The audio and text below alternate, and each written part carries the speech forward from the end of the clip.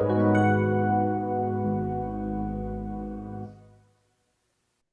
nice to see you all here this Christmas season.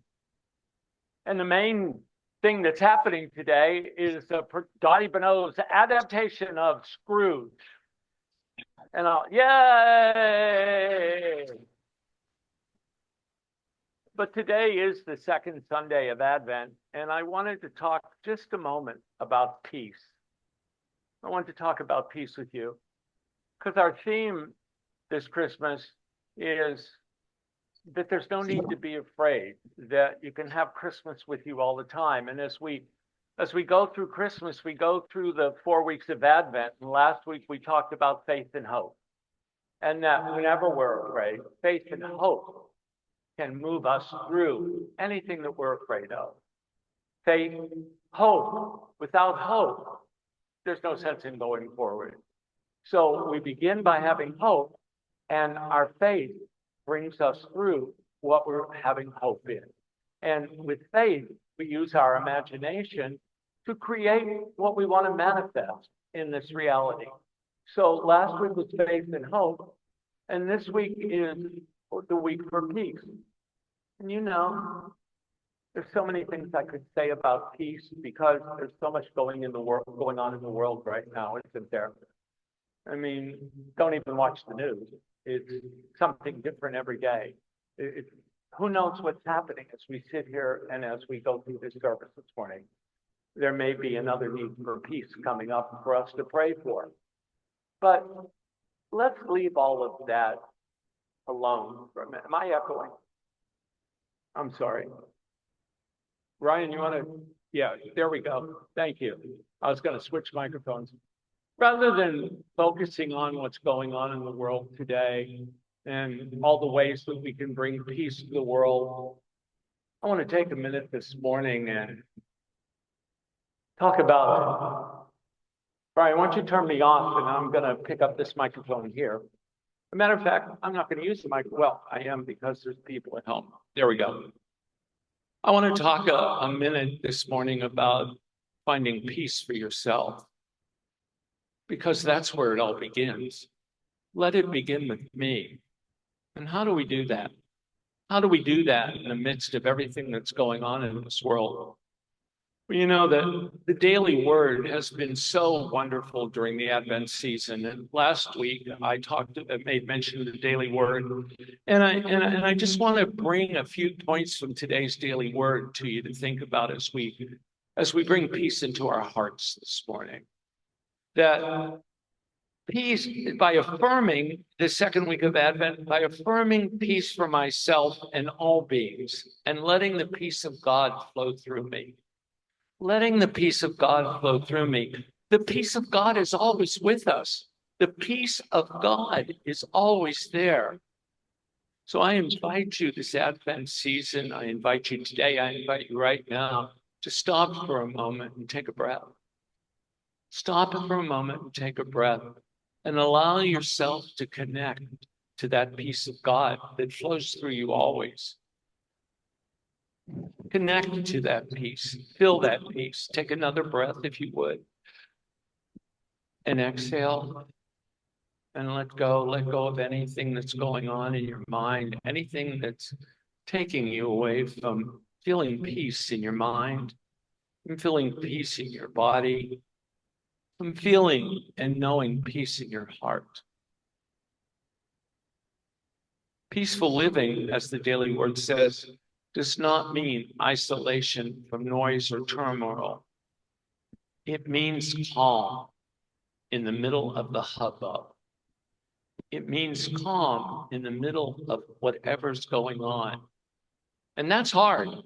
That's not easy in the middle of hubbub to find peace, is it? But how do we do that? How do we do that?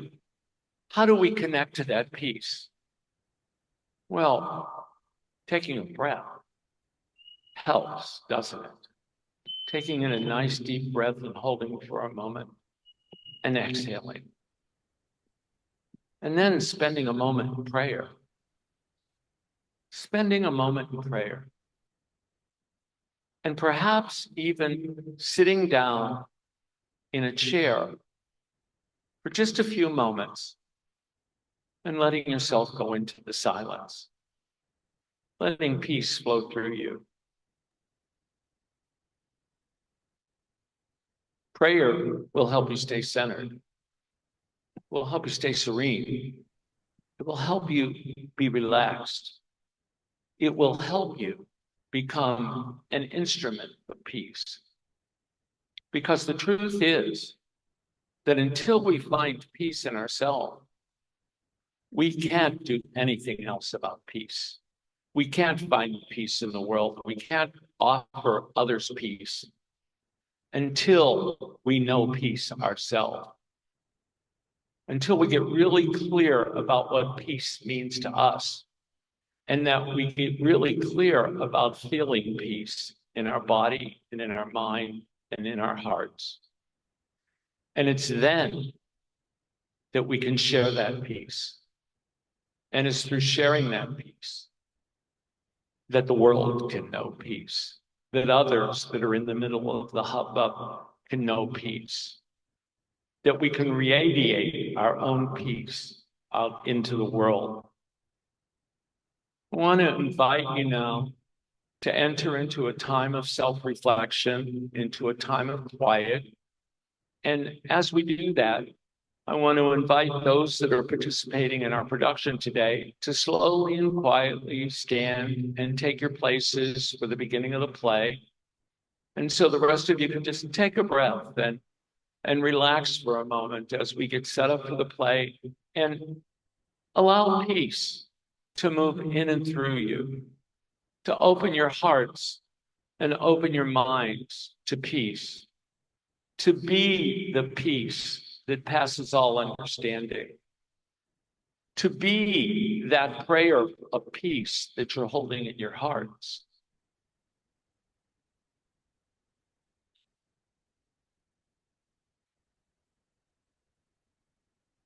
I invite us to share a few affirmations together for settling into peace. I am peace. Together, I am peace. I radiate peace. Together, peace shines for me like a beacon and adds light to our world. And I'll say that one more time, and then we'll say it together. Peace shines for me like a beacon and adds light to our world. Together, peace shines for me like a beacon and adds light to our world. You know, nobody exemplifies an unpeaceful person to me like Ebenezer Scrooge. You know the story, don't you? The Charles Dickens classic from the 1800s. Ebenezer Scrooge, he's not at peace with himself, is he? And he's not at peace with anybody else. I've given you a couple of tools this morning to find peace. Ebenezer has a couple of tools coming his way, and they're a surprise. They're coming from the other world. They're coming to open Ebenezer up to peace and calm, to let go of what he's been holding on all his life. I invite you, after we have a song from David Trolley, to enjoy our production this morning, adapted by Dottie Bonneau, Scrooge. David?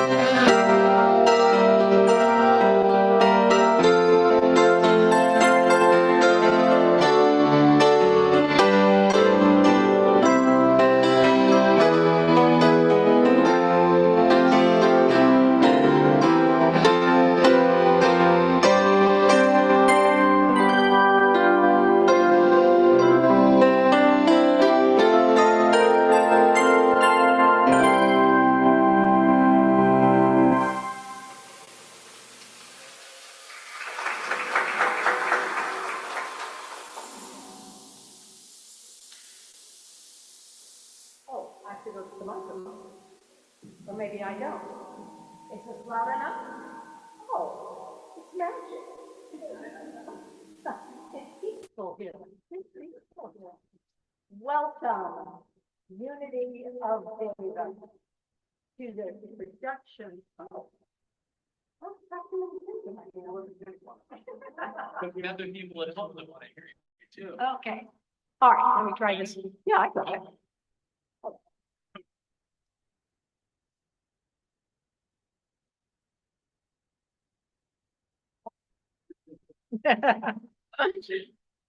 Oh, wow.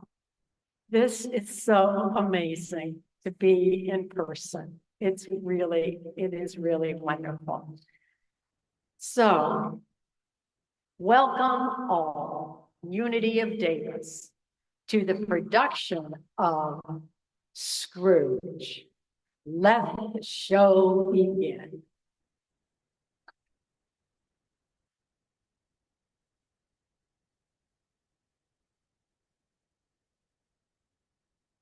Good morning, good morning. This morning I invite you to use your imagination and travel with me to London in the early 1800s. Rich and poor are living side by side. Chimneys belch smoke. Vendors hawk hams and hats, dresses and dishes, all sorts of things. There is the office of Ebenezer Scrooge, a prosperous banker. And here, shortly, comes Astrid, sent out to beg by the owner of the Kind Hearts Orphanage, who is anything but kind. I play the part of Pups, and soon you will meet Astrid, one of those unfortunate orphans under the care of the cruel Mistress Scrooge. And so let's begin. Alms for those in need. Perhaps you wonder how it is to be penny on this cold Christmas Eve. I'll let you in on a secret. A person learns to speak in another way, removes from the sea the world of life named years. Astrid, Merry Christmas. Not Merry Christmas, Mr. Fry. I'm looking at my doll, and it's the only thing I had to remind me of my mother. Then we can miss you for this when I give her 3 pennies if I want to supper on Christmas Day. How will I ever earn 3 pennies? Oh, Astrid. Listen, dear, with that pretty smile of yours, and with that lovely song you sing, all you have to do is go out there and just ask. You might be surprised.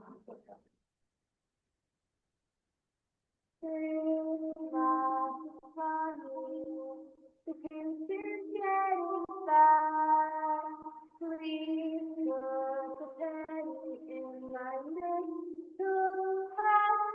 If you do not have a penny, a penny will do. If you do not have a penny, then God bless you. Thank you, Mister.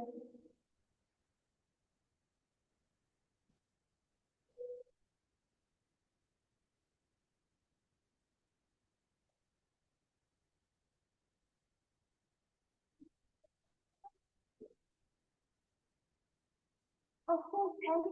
Thank you, Timmy. Merry Christmas, Apple. Bye, Papa.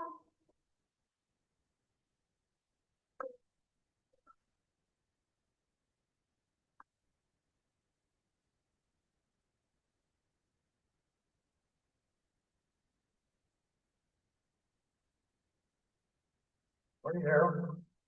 Oh, Timmy. Dinner, Harold. How am I eating that to report you to take you to a button bar? Out of my way. Out of my way, or I stop paying you. Morning, Uncle. When you ask me if you're ready to share Christmas dinner with you. Have I ever come? Why do you waste your breath? What is Christmas? but a time to pay bills with no money. A time to find yourself another year older and not an hour richer. A time to balance your books and find every item in them for an even dozen months set dead against you. If I had my way, every idiot that comes about with Merry Christmas on his lips would be boiled in his own pudding and buried with a stake of holly to his heart. Nephew, you keep Christmas in your way, and I shall keep it in mine. But you don't keep it. Leave me alone. What good is it? What good has it ever done?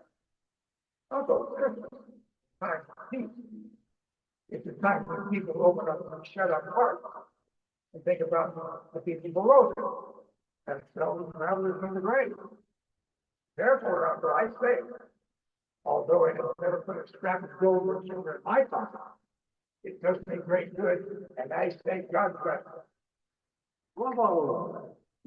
Another word out of you, and you shall keep the holidays by leaving your situation. Perhaps you're wondering what happened that day.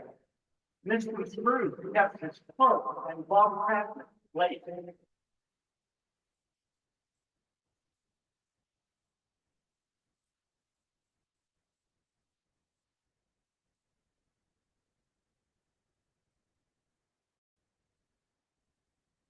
Clark was very happy that he'd been invited to dinner by Scrooge, and he said thank you. Bob said that Judith and I are delighted to come.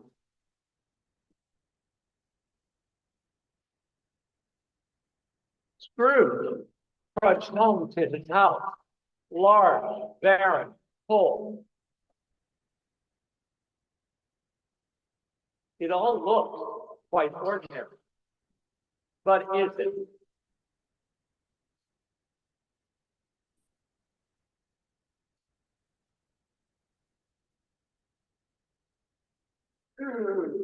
Oh, and Kathy, it looked just like old Marley's face. Old Marley, dead 7 years to this day. It must have been that happy pursuit making me see things that aren't there. Fine. Right.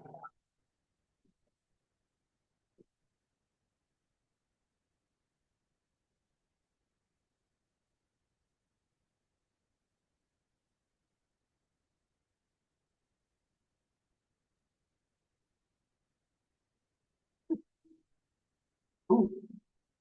I wonder what brought over Marley. What do you want? What? Well, who are you? Ask me who I was. Who were you then? Life. I was Jacob Marley, your partner. You don't believe in me. I thought. Why do you doubt your senses? Because a little thing throws them off. You may be an undigested bit of beef, a blot of mustard, a crumb of cheese, perhaps an underdone bit of rarebit. Oh, dreadful apparition! Why do spirits walk the earth, and why do they come to me? It is required of every man that the spirit within him should walk among his fellow men and travel far and wide. And if that spirit does not go forth in life, it is condemned to do so after death. I cannot tell you all I would. It is not allowed. I cannot rest. I cannot stop. I cannot do anything but keep on moving and traveling. My spirit never walked beyond the counting house. Mark me. In life, my spirit never roved beyond the narrow limits of our money-changing hole. and weary journeys lie before me. 7 years travel. Do you travel fast? On the wings of the wind. Well, you might have got over quite a piece of ground in 7 years. O blind man, not to know that ages will pass before I see my rest, not to know that any spirit working kindly in this human life will find its mortal life too short for its vast means of usefulness, not to know that no space of regret can make amends for one's life opportunities misused. Yet I was like this man. I was once like this man. You were always a good man of business, Jacob. Business. Mankind was my business. The common welfare was my business. Charity, mercy, forbearance, benevolence were all my business. The dealings of my trade were but a drop of water in the comprehensive ocean of my business. My time is nearly gone. Hear me. I will, but don't be hard on me. Don't be flowery with me, Jacob. I am here to warn you that you have yet a chance and a hope of escaping my fate. A chance and a hope, Ebenezer. You were always a good friend to me, Marley. You will be haunted by 3 spirits. I'd rather not. Well, without their spirits, you cannot hope to shun the path I tread. Expect the first tomorrow night when the bell tolls 1. Expect the second on the next night at the same hour. The third upon the next night when the stroke of 12 has ceased to vibrate.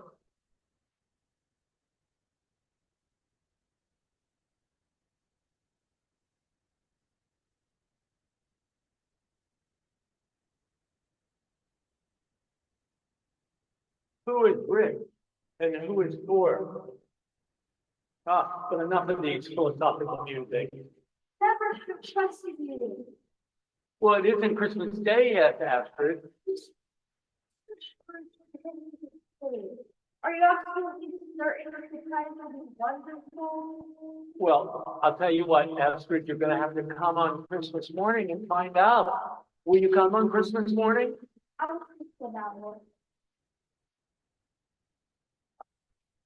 Ah, just as Marley predicted.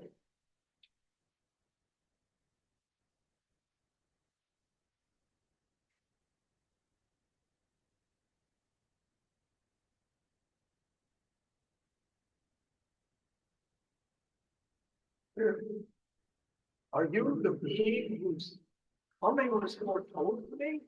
I am. Well, who are you? Well, what are you? I am the ghost of Christmas past. Long past? No, your past. The things you'll see with me are shadows of the things that have been. They will have no awareness of us.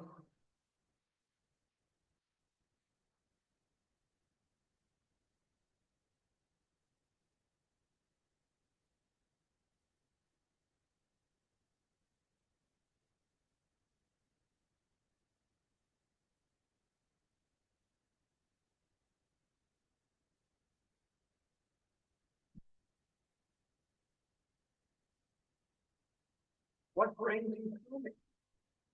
Your welfare, pride. Walk with me. But I am mortal, quite small. Bear but my touch, and you will be upheld in all things.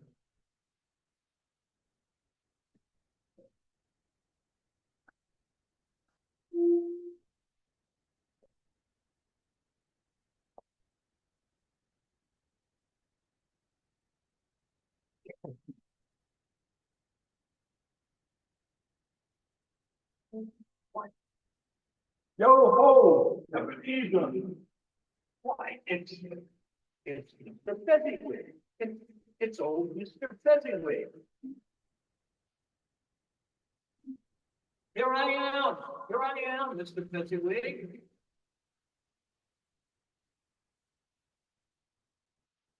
I told you, he cannot hear you. What? Open the door. Why, certainly. Merry Christmas, Ebenezer. Thank you so much. I want to give you your favorite cookie. Oh. Yeah, sugar cookie. Oh.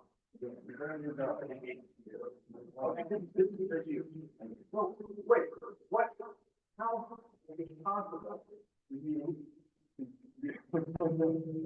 to make so much money to have presents?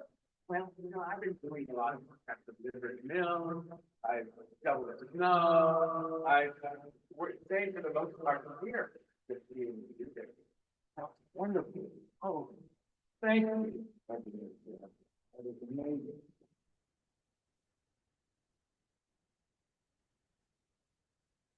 Oh, my heavens. It's beautiful. Great. Thank you so much. Thank you. That's a wonderful deal. Why don't you put this ornament on the seat? Thank you.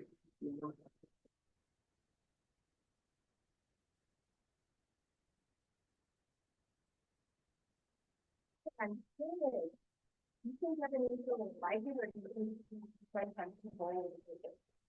Why don't you ask? Oh my God, you didn't tell me because I'm there. You scarcely gave me the chance to breathe. I'm going to the kitchen. I felt the same way, wondering if you think more words.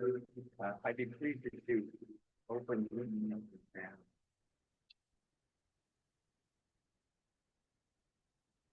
Oh. Oh, wow.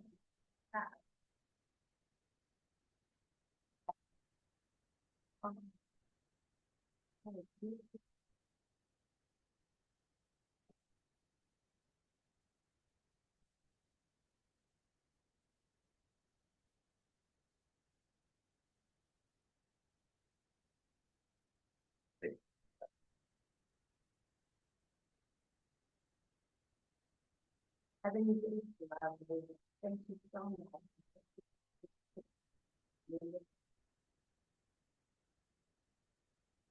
Hard to remember back that long. Remember it. Remember it well. I was happy. 7 years have passed. Fezziwig is older, but he has maintained his vitality. The children have become teenagers, and though they have taken on the mannerisms typical of that age, their sense of fun is still intact, with the exception of young Scrooge, who seems unduly serious for his age.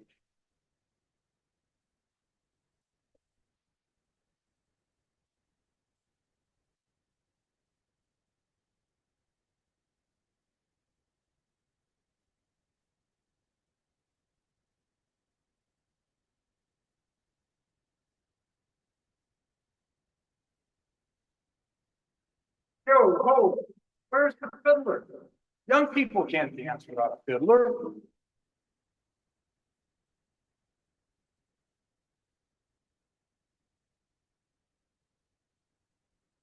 It's the best decision of your life, Ebenezer. You won't be sorry, I promise you. I'm certain I won't, Sir Marley. I'll expect to see you tomorrow, bright and early. But tomorrow's Christmas Day. That's the finest day to begin. No distractions. I can count on you, can't I? But certainly not tomorrow. I'll be there. I guarantee you won't regret your decision. Thank you for this opportunity.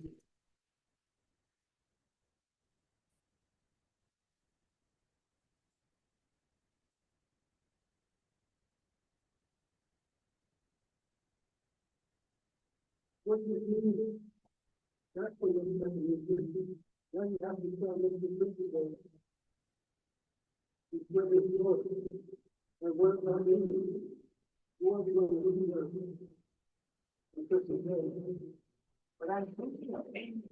I'm setting up a good future.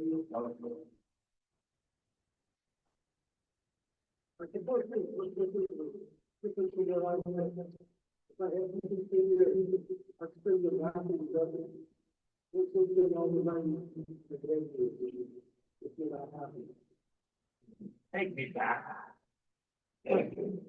Not yet. But I don't want to see anymore. You're a good Chris. Now let's play. 2 more years have passed. Amy and Truth are engaged.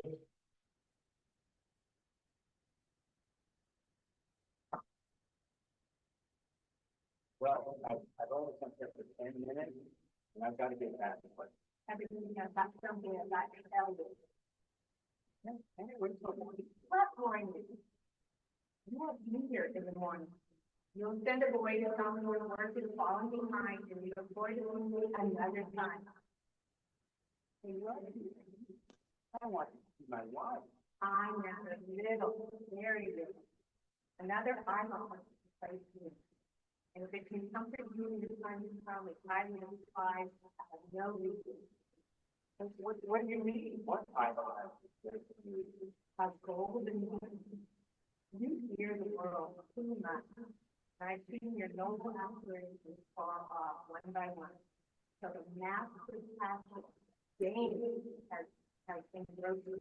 Have I not? What's it? Even if I've grown so much wiser, What's it?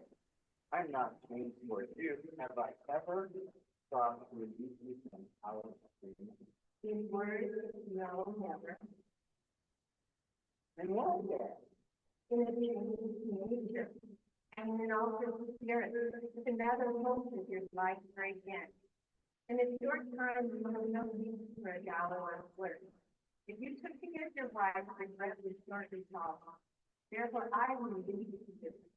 With a full heart, I will lead you to this. For the love of him you want to her. Spirit, remove me from this place. I told you, people shadows of things in sin. They are what they are. Do not mind me. But I cannot bear it. Remove me. Ought no longer. Harold nearly died that year. He was jubilant when he recovered. He had learned something that many people discovered too late in life. Time and loving action are humankind's true currency.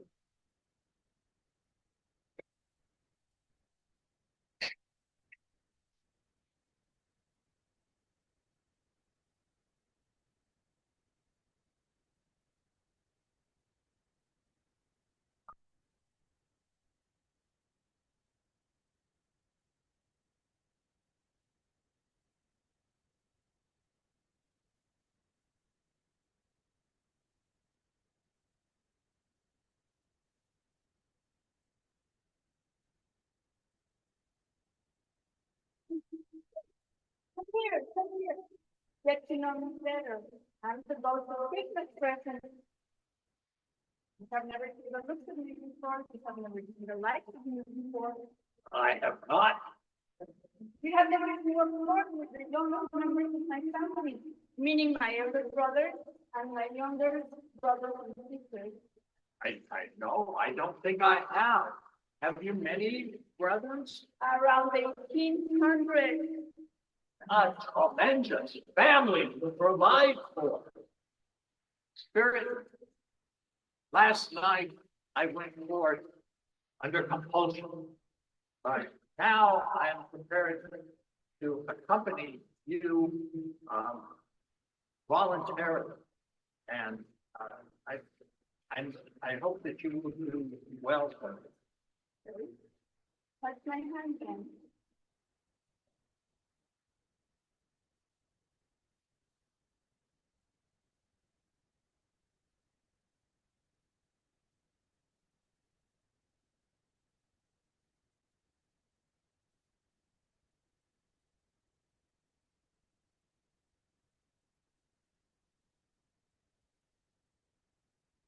Judith Cratchit is helping Tiny Tim onto the stage.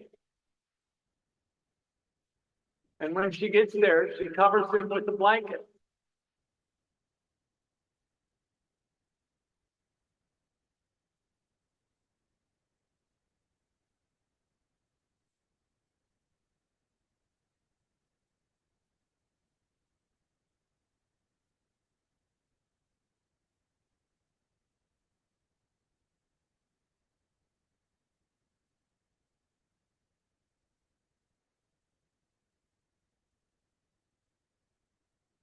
Time for your announcement. Why do you bless the household of my nephew's father? Surely you can see that word. Thank you.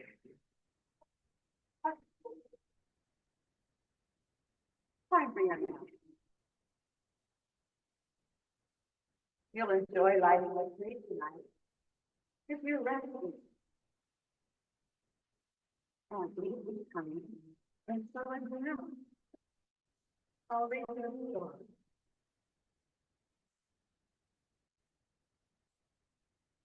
One Christmas Eve, there was a beautiful angel. He loved to fly all around the heaven and sing in light. But all the other angels had a one child, and she wanted one too. Her name is Carlini. So she told the husband she wanted something important. Just then, she heard a cry coming all the way from the sea. We looked around. Who's crying? The little boy was born in the second. And I can't believe it. What was nothing and what angels to do? Who had given her something important, a really important trial, a big trial, and she was on to the death of the little girl about her dream. He was very sick, and he was crying. She put her hand on his shoulder. Don't cry, she said. I think I'm going to die. And I'm afraid. The little angel held the voice one. I was afraid when she said, but there's nothing to be afraid of. I'm going to hold your hand. I'll go with you. I'll even teach you to fly. Every morning when you're away, I'll miss my mom and dad because they're fine. Fine. You can talk to them with your heart. Maybe find fun. You can feel their love rubbing around you like loving the velvet fun.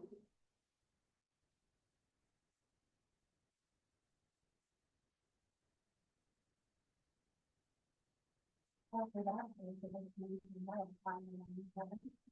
With all the others thinking of the fire. But she was the happiest when she could play hide and seek with the big boy in the sky. Please, Will. You're my little angel.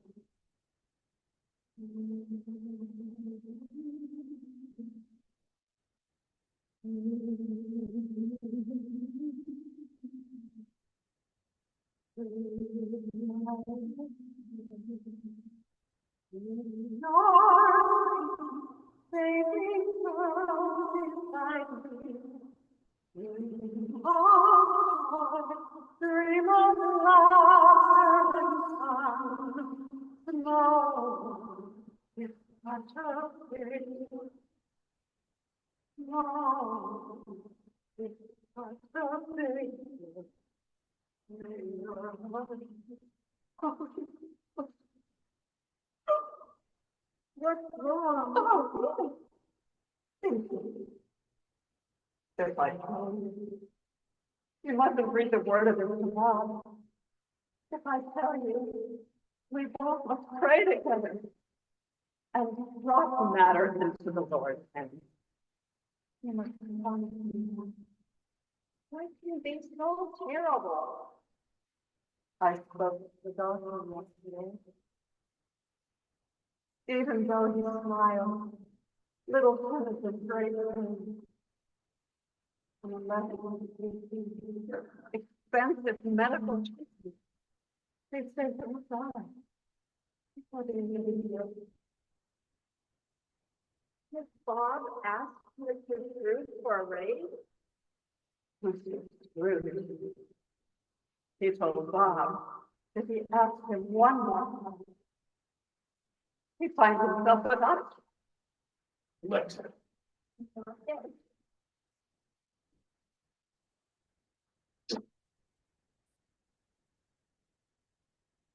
As good as gold. He gets thoughtful. If anybody looks down for life. He has the strangest thoughts you ever heard. He told me coming home that he hoped people in the church saw him because he was a cripple. And it might be important for them on Christmas Day to remember he made him lame walk and blind men see.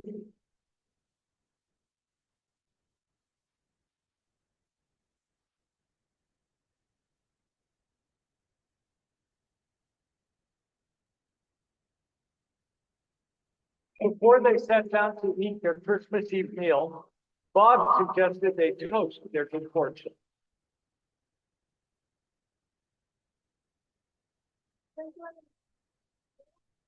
How can I? Did you actually invite them? The old goat would have spoiled the bunch. No, it's all wrong. You're all wrong. You think how fun it was like a dinner? Can't you be lonely and frightened of all the people in the world? He needs God's blessing most. He needs God's shower from his love and wash away the sickness. I say this post be ready to also have an evil. I would need to. God bless everyone.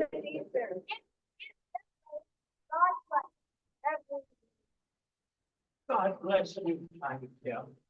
God bless us all, everyone.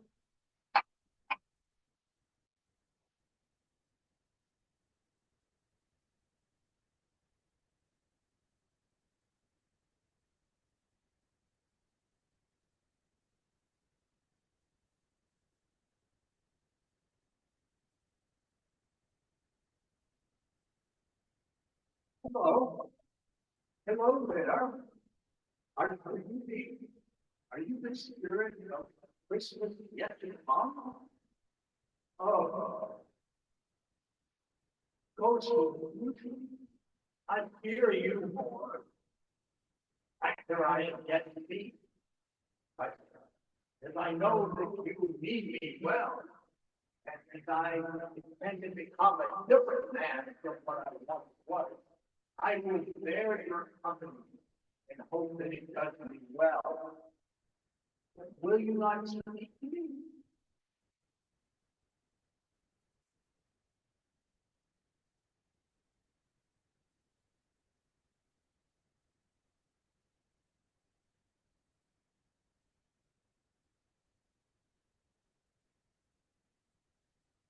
We stay beyond all the rest.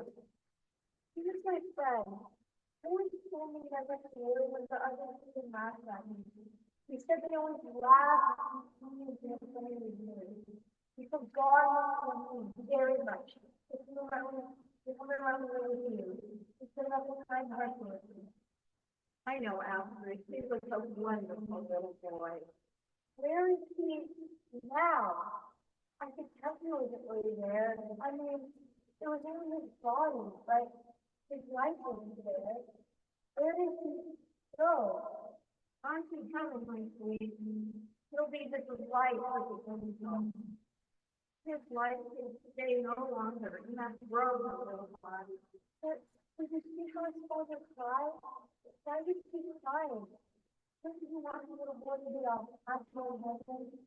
He cried because he'll miss his younger son. I don't feel like crying. I feel like death inside. Oh, cold. He wouldn't want that. Why would he want? He would want you to laugh and play. He would want you to be happy. Every now and then, when you see a pretty flower or a little kitten, think of him. And that thought will be lived up in heaven. Just say, Tim, I love you. Come on now, let's get you. Him died? No, he couldn't have. He was only a little boy, scarcely 10 years old. Spirits tell me that he didn't die. I know. I'll go to Bob Cratchit's house tomorrow. Give him the money for the best doctor to care for Kitty. Will you not speak? Am I the man who lies within? Oh, give me another chance, Spirit. Give me another chance, and I shall honor God in my heart. I shall live in the past and the present and the future. All three shall strive within me, and I will comply to their bidding. Oh, only that I may have the chance to sponge away the life. Don't. It's light. It's morning. Girl, Yes, sir? what day is it? Today, right on Christmas Day. Christmas Day. I haven't missed it. Girl, Yes, sir? you know where the Cratchits live. Yes. I want you to go to Bob Cratchit's house and have him to meet me at my house, not at the office, at my house. Can you do that? Yes, sir. I have a surprise. Would you like to surprise, sir? He will love this surprise. All right, I'll do it. Good. Here's a crown. A crown? Thank you, sir. Merry Christmas, sir. I went all the way to Boston to tell him to come to your house. That was an emergency. Wait. Just a moment.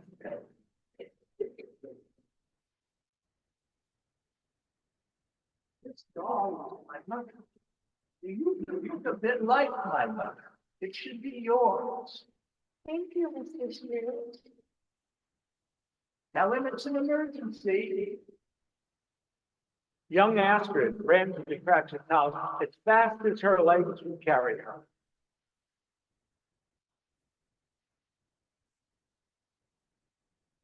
Uncle, something wrong? I've changed my mind about giving you the whole day off for Christmas. We're open. I've decided to give you 2 days off to spend with your family. Uncle, I can't take 2 days off without pay. Who says? My purse is, Uncle. Who? I intend to triple your salary. What will your purse say then? Merry Christmas, Uncle. Merry Christmas, Bob Cratchit. Oh, I want you to take this money and go buy the prize goods hanging in the butcher's window. Oh, and you invited me to Christmas dinner. Shall I bring a pie?